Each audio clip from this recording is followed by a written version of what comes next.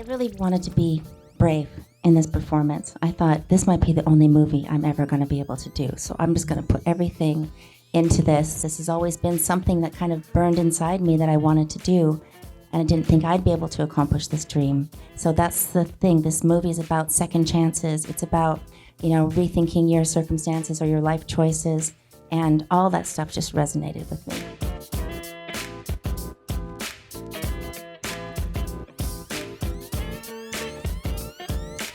So let's start where we ended with the end credit song sung by Miley. How did you guys, I know, right? How did you guys collaborate to get that song into the film? Well, Andrew Wyatt, our composer, has worked with Miley in the past, and I really wanted an original song for the end sequence, and that really just came in the 11th hour. I didn't really know if I was going to get it or not, and I was sort of panicking. And I don't have a final song for the end of the movie, which is so important. But then all of a sudden in my text messages, he's like, here you go. And I was like, it's amazing. It is amazing. Thank you for sharing that. I want to just, before we get any further into conversation, I want to congratulate you, Pamela, on your Gotham Award nomination. It is the first of many to come, my dear, this award season for you. Yes, it is. She was fantabulous, wasn't she? Thank you. Absolutely.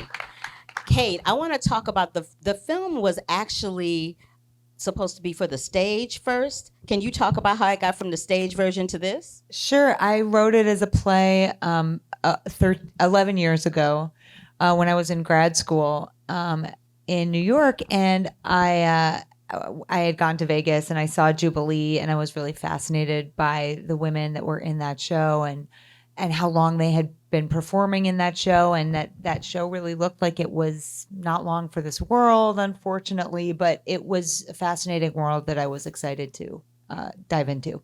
And then Gia Gia got I gave you the play after my husband, who's Gia's cousin, said, you guys both love Vegas. You should read her play about Las Vegas showgirls.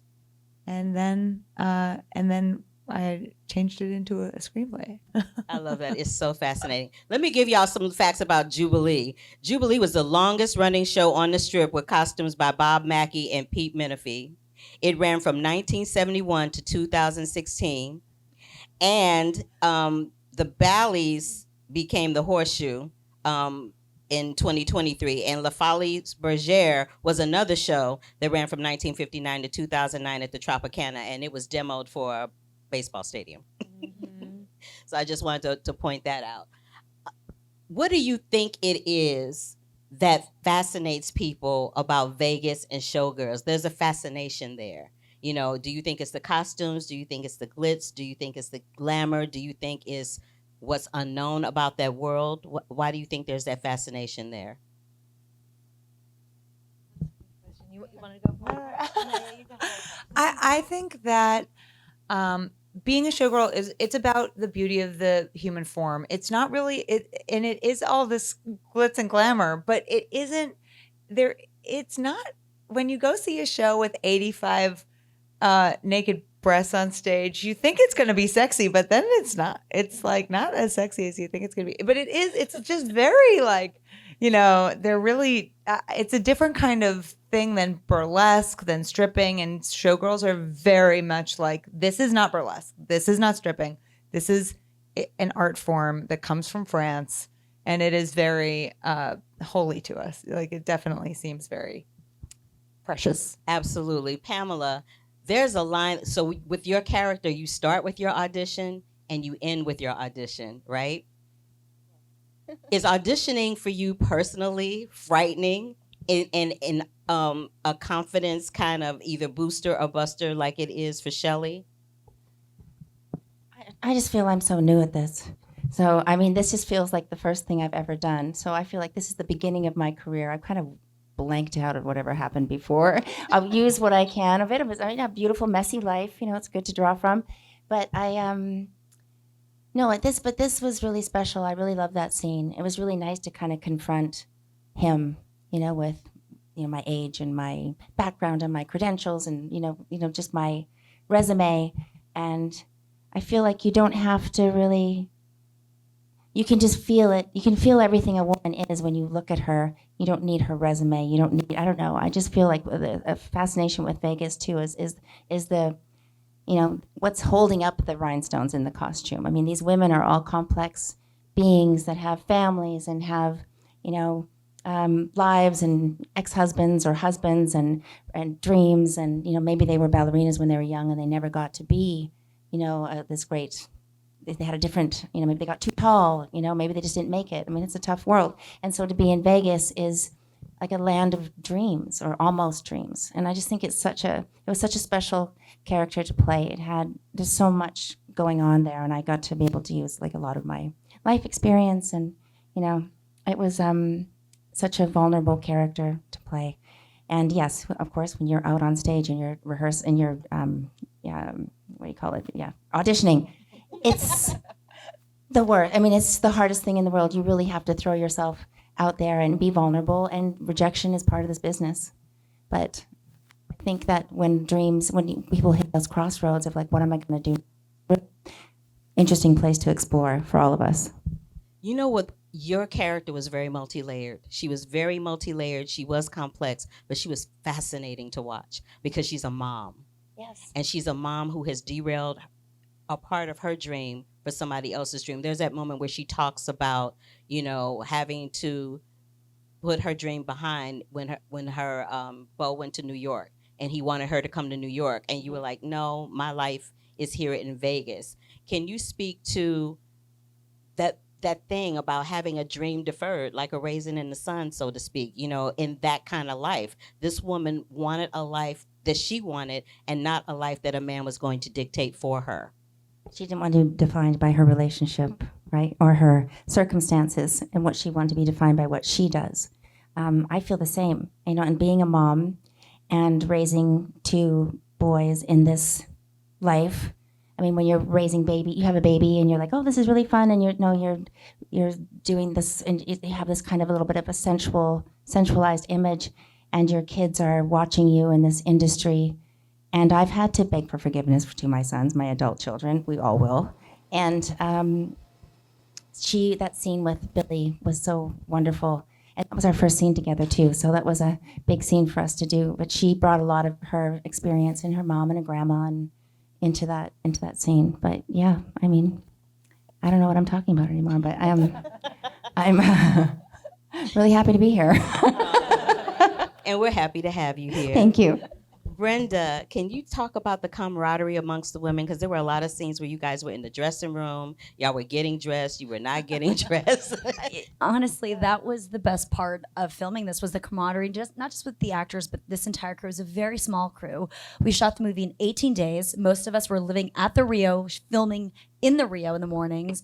And I think Gia and Kate put together an incredible cast and crew who are all very like-minded, all very hardworking, and this truly was a labor of love. Everyone showed up every day and put their heart and their soul into this. It was one of the things that, for me, coming to work every day, I was just so taken aback by, was just watching all of these women that I came to respect and love and admire so much. Like watching Pam come to set every day, be so focused and just putting everything into every line that came out of her mouth, every movement was so admirable. And moments where she was scared and vulnerable, but did it anyway. I was just like, this is something that I will take with me forever. Watching Gia, who is so soft-spoken, but walk onto a set and have such a clear, strong vision every single day. Kate, who was literally the life of the set. It was like moments like this that like just brought us together so quickly, because we did start with all the showgirl stuff, and the hardest things in the dressing room was we were wearing like archival Bob Mackie pieces, the original costumes from the Jubilee that hadn't left the theater in 30 years. We had to pretend like we had been taking them on and off for years. And I think that was it, like we really bonded over that. Like Pam invited us over to her house and cooked for us. We cooked together, and we honestly, like we always say, we're on the same page. Like we showed up tonight and we're like, wait, you're wearing white? So it's so weird. And that's what this whole project was just every single day. It was very, very harmonious. Talk to me, since you brought up the costumes. Talk to me about the choreography with hooking and getting those costumes on and off, Well, especially the wings. That was well, Pamela, that was crazy. Yeah, well, it was because the quick changes. These girls go through these quick changes, and there is a choreography. So you take off, the bangles, and then the gloves, and then the top part, and the bottom stays on, or shoes change, and we wanted to make it look like we've been doing it for 35 years in our sleep. So that was, and in the dressing rooms were small spaces, and the big headdresses were. I don't know. I keep on wanting to say they were like 30 pounds, but some of the costumes were 30 to 60 pounds, and it was definitely a lot to think about while we were doing the scenes, and to have mirrors in these small spaces and shooting on film. I mean, the stakes were high. Yeah. It was great. It was, and also we were really lucky because all the dancers that you see in the movie are actual dancers from either the Jubilee show or from Dita Von Teese's show. So they were really, really gracious and so kind to sort of show us the etiquette, show us what we should be doing, what didn't feel authentic. And so at the end of the day, we're just so lucky, and hopefully they are, we made them proud. Yeah, they need to see it. I love it. Gia, can you, since we're on the subject of the costumes and the makeup and everything, who did you collaborate to get that just right? Because, honey, some of those lashes look like they were holding up their face. Well, this really was a labor of love, and it was really important to me to make this movie in an intimate fashion so I could keep my creative autonomy. And Kate is my cousin, and my other cousin produced it, and my mother did the costumes. My other aunt was the script supervisor. It was a family affair. It was a family affair. And I really like to collaborate and work with people that I feel like trusted and can have a level of transparency. So, but the costumes were amazing. I mean, as they said, they're museum pieces. They haven't left the building in 30 years, and you can't create that kind of quality anymore. What the production value of what those shows were don't exist. The feathers alone, they talk about like them being $1 million, and the sets are so big that they can't even get them out of what is now the horseshoe. It's the only way to get them out is they have to be demolished. And Gina Monanichi was the makeup artist, and she's I've known her since I was a kid. She's one of my mom's friends, and we looked at the real makeup of what the showgirls look like. We didn't want to kind of fantasize it into kind of the Pete Van der Hoven version of showgirls. I kind of love you for that. I love that makeup though too, but I want it to be authentic to what the showgirl world is, and that's why we sort of researched with the real showgirl women and hoped to make them proud. And so much of the Vegas community was really helpful in this production. Thank you. One of your castmates that's not here is Jamie Lee Curtis. And I want to talk about that scene with her in the middle of that casino on that table where she is dancing to Total Eclipse of the Heart. Why that song and why that scene? Well, the story behind it is that when working in Vegas, you go to set really early, 6 a.m, and so you see a lot of the sort of characters that are remaining from the night before.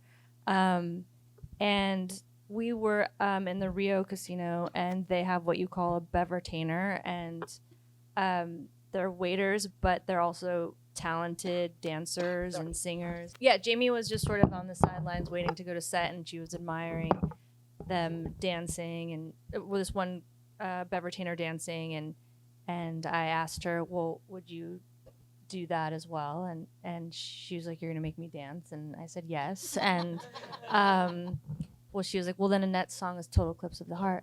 And I was like, okay. I don't know how I'm gonna get that song, but let's do it. And she did it in one take, and that was it. And she gave it so much gusto. I was like, this is incredible. How do you not put it in the movie? It was flawless. Yeah.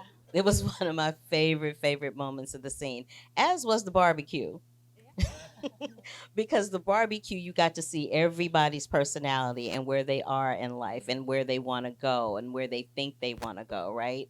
So how important was it for you to have that scene to show the complete opposite of them being in the showroom, of them being in backstage, of them talking with Eddie in a different type of way? I feel like you should speak to that. Sure. I always knew that what this was really about was just the way that women talk as friends, and then to have Eddie come into their world and see how it sort of just teasing apart these relationships and the connections between how long they've all been together, and just sort of the tip of the iceberg of Eddie and Shelley's relationship, how far back Shelley and Annette go, and then Annette and Eddie, and just connecting all those sort of dots, and how innocent Jody is coming into that relationship between all of them and saying, "Oh, I love having Eddie, here." And everyone's like, "Are you? You just don't know. You don't know anything." We're not trying to have Eddie in the coffee clutch. Yeah, exactly. I think what I love so much about this story and what fascinated me, I mean, I've always been really drawn to Vegas as just a very interesting city, and always wanted to tell a story there. And one of the things I love so much about, but I always wondered, what is it like to live there? What is the day-to-day life? And I feel like Kate's script captured that so well, of just kind of the juxtaposition of what's behind the magic, and Vegas in the daytime was really. I worked in Vegas for a little while in a show there, and I remember I would go to the Strip, and I would get to the backstage area, and I was always mindful of all of the people that got there before me that allowed me to be able to be there. The Sammy Davis Jr.'s, the Dorothy Dandridges, and all that. When you guys were shooting this film, did those kind of thoughts ever run across your mind about all these ladies that have come across that stage of Jubilee and La Folie Bergère, and the Rio and the Bally's and all of the Tropicana and all those places that are no longer with us?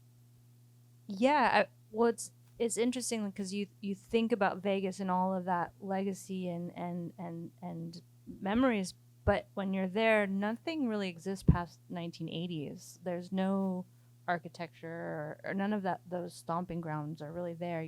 As we were making the movie, the Tropicana was being demolished, and this Sphere is up. There's a huge kind of. I think that was also another interesting part of this film, was the analog versus the digital, and wanting to shoot this movie in film, and kind of being nostalgic for all of that once was. I will say that we had a relic of the past in Billy, and in her relationship with her grandmother, and how she had experienced Vegas with her grandmother so many years back, and she told Gia and I about all of that, and that was fascinating, and that really felt like it was a touchstone. It was sort of this old Vegas idea that she had lived through herself. Yeah, her grandmother, for those of you who don't know, Billy's grandmother was Debbie Reynolds, and she headlined in Vegas quite a bit for decades. And all of her costumes she used in Vegas, she eventually made into a museum that she had here in LA before they demolished that building. So we have that going on here too. Brenda, what did you learn about yourself inhabiting this character? Well, first of all, this story that Kate wrote really just resonated with me, because I was a new mom, and I sat down and we were talking to Gia, and just reading the story about 4 different generations of women who were all doing the same thing. I'm always fascinated by what brings people, what makes people do what, and why are they all here in this room at the same time? What brought them all here? And it was just such a beautiful story that I hadn't seen quite told this way, the struggle of being a woman in the most glamorous fashion, a place where people think it's the most glamorous, but people forget that Vegas is more than just the Strip. People have to go grocery shopping. That was the most jarring thing for me, was going grocery shopping in Vegas. I was like, this is weird. And for me, what I think I took away and I learned so much was Gia really pushed at me outside of my comfort zone to stop worrying about all of my insecurities and everything. It's one of the things that Pam really inspired Kieran and I. When we weren't in showgirl makeup, we weren't wearing makeup, not no makeup, but no makeup. And I've been doing this for 30 something years, and I'd never done that. And that was really, it sounds really small, but it was really jarring and scary to go in front of the camera, really just bare. And Gia's really good at pushing you out of your comfort zone, but also in a place where you feel really safe.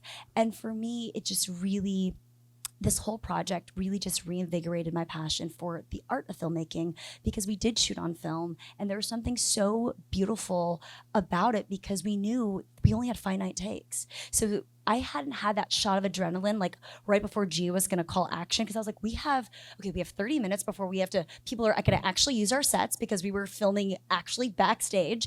We have, okay, we're shooting on film. We've got like 3 takes. All right, let's go. There was something so incredibly like empowering about that and freeing.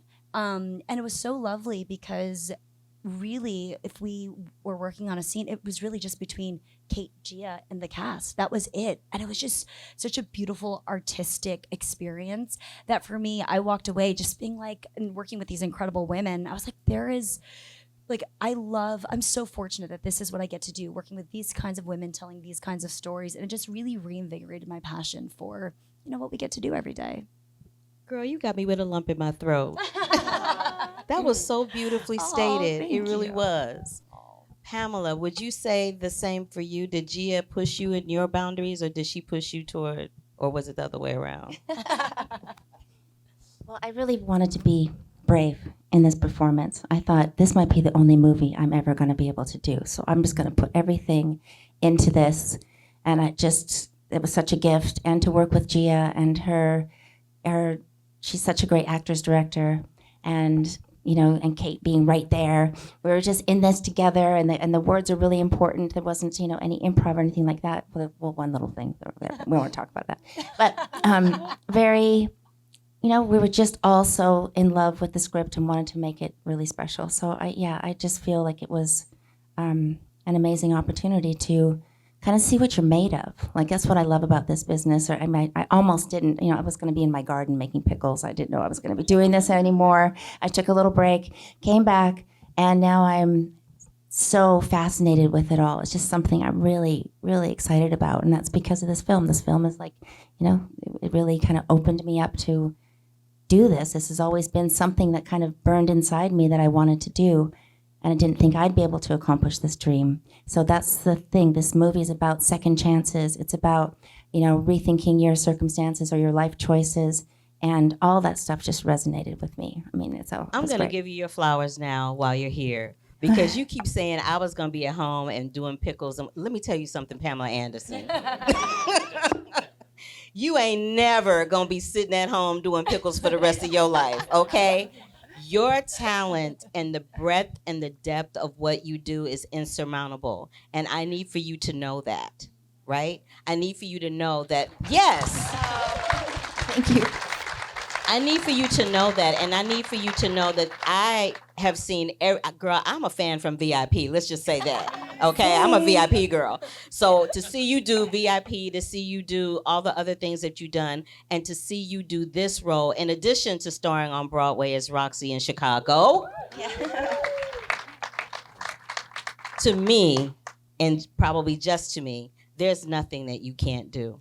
Thank you. To me too. Yeah, same. Let me tell you something, Carla.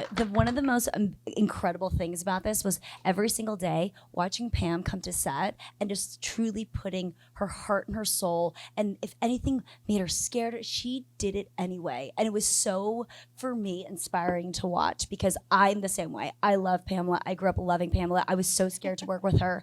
And she's the most kind, loving, smart woman, but also like worked so hard and just overcame every fear. I was like, if Pam can do it, so can I. I was like, it didn't matter. Like, Pam has no fear. And it was something that I walked away from that I was just like, I am so privileged to have been able to work with you. It was incredible. I can only imagine. Yes, I can only imagine. You know what else I wanted to say? I wanted to ask you, was there a big difference between the way, other than the obvious, because Chicago's live and The Last Showgirl is being filmed, was there a big difference in how you prepared for the performance aspect of it? Well, it's funny you mention that, because I really felt when I read The Last Showgirl, it was like a play. And then to come to find out that it was a play and then turn into a screenplay. But I prepare everything long in advance, and I work on it very hard, and then dance numbers and all that stuff too. I remember on Broadway, I'd come to the stage before every performance and do all my dance numbers, and they were saying, no one ever does this. I did the same thing with No, this they don't. film, and I felt like I was prepared for this film before I got to Vegas. I knew every word of this film, and I felt like I could do it as a play, and I think it should be on Broadway. Showgirl, the Last Showgirl. But The it Last was, Showgirl, you know, and musical. the dancing for me on Broadway, I was like, I don't know if I can dance. I don't know if I can sing. I don't know if I can act on stage. So I got nothing to lose. And I figured I could do it all at the same time.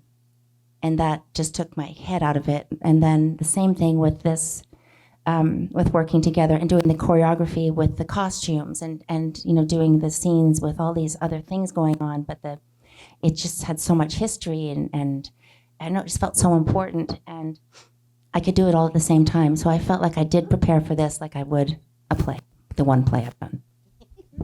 Kate, is there a part of the screenplay that you would have loved to have included, but you were like, yeah, no, this has to go? You mean like from the play? You know, I think that there were backstories to the characters that we wound up narrowing for the film in order to stay focused on Shelley. And I think Gia did an incredible job of narrowing the scope in order to just focus on Shelley more than the others. And and in the play, there are more extensive backstories to Marianne and Jody. But I think that I wouldn't want them to be in the film. I really feel like the way that the film is just right, and the play is a completely different thing. Thank you.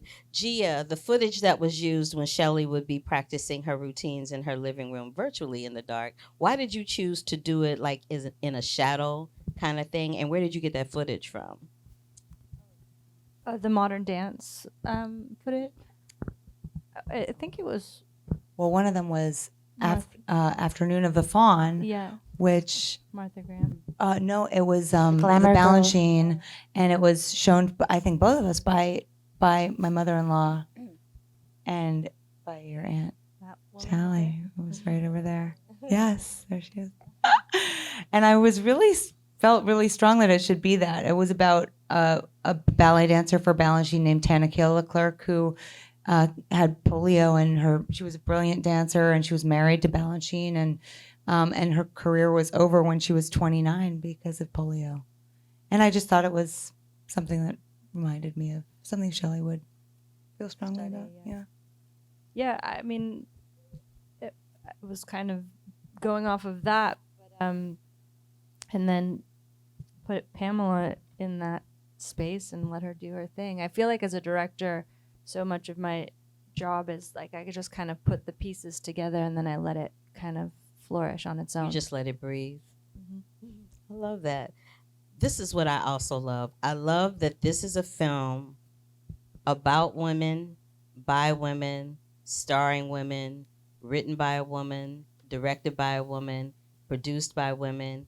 And so we get to see, yes, let's give it up for that. And so I really appreciate the fact that we Shot by a woman. shot by a woman. Shot by a woman. Thank you. Thank you. Cinematography. Thanks. Cinematography by a woman. I appreciate it, and this is why. Because this was a film that had it been in other hands, it would have been, the narrative would have been shifted very differently. And because it's women doing it all the way around, you all had control over what the narrative was that you wanted to put out onto the screen. And so I'm giving y'all snaps and claps and applause for that, because I appreciated that and I really loved it. I also wanted to find out, how difficult was it to get the Rio? Because the Rio is one of the last older casinos on the Strip. Well, that's really my cousin Robert Schwartzman's producing, maneuvering, because Girl, it was your family just help you out all the way, huh? well, yeah. I love your family. Me Can you too. adopt me? Yeah, sure. The Rio was going under construction to getting a remodel, so they were very welcoming and letting us use their space, just as long as we didn't showcase that was the Rio, because they don't want them to know that the audience to know that this is going to be a new version of what it's going to look like now. I think it's already done. So they were under construction kind of as they were still a functioning casino, but I think that was how we kind of got lucky because I've tried to shoot in Vegas before and it's really restrictive. They don't want you to take away from their business at all. So we were really excited when the new food court finally came in. That's hilarious. The new food court. That is pure comedy. Ooh, speaking of food, did you guys get to taste any of the food on the Strip? Because, you know, the Strip is notorious for the food in the restaurants there. What was your favorite place to hit? The best food was what Pam made us at Pam's house, honestly. We were So ready for vegetables. And Yeah, get 'em exactly. out. I feel like did we go? The thing is, like, when you start to really immerse yourself and live in Vegas, you don't want to be on the Strip. You're like, No. oh, it's a pain. So I felt like, oh, there's all these amazing restaurants. Kieran was really good at. Yeah. She's the foodie. So I'd ask her, but Yeah, I feel like I you went to a always lot were- of You did a lot all of you can eat, adventures. You like did a with Robert. We would go to Korean barbecue and Japanese barbecue, and there's a lot of great Asian food in There's a in lot of great Vegas. food, period. There really is. It's a vibe. It's definitely a vibe. I also wanted to talk about the outside scenes, the scenes that are shot outside the casinos, particularly when Pamela is leaned up against I guess it's like a glass facade on the outside. It's such a beautiful shot. How long did it take you guys to set those things up? Because of the glass and the lights, it can be a little tricky. We were really run and gun. I mean, we had zero lighting budget, and Autumn was just handheld the whole time. And you know, as we were in Vegas, I would see little spots of like, I really want to just get Pamela kind of walking around here and there, and I'm so grateful to her because she was just like, yeah, let's do it. Like, and I would just sort of be at the end of shooting day, like, can we just run and go there? And she was always willing and a team player to do those sort of things with me. Not everyone is like that, and I think the reason why we were able to do this movie in 18 days was because everyone was such a team player. Jamie was moving gear around. She was being an AD sometimes, telling us let's time to go. I paid good money to see that. Yeah, it was good.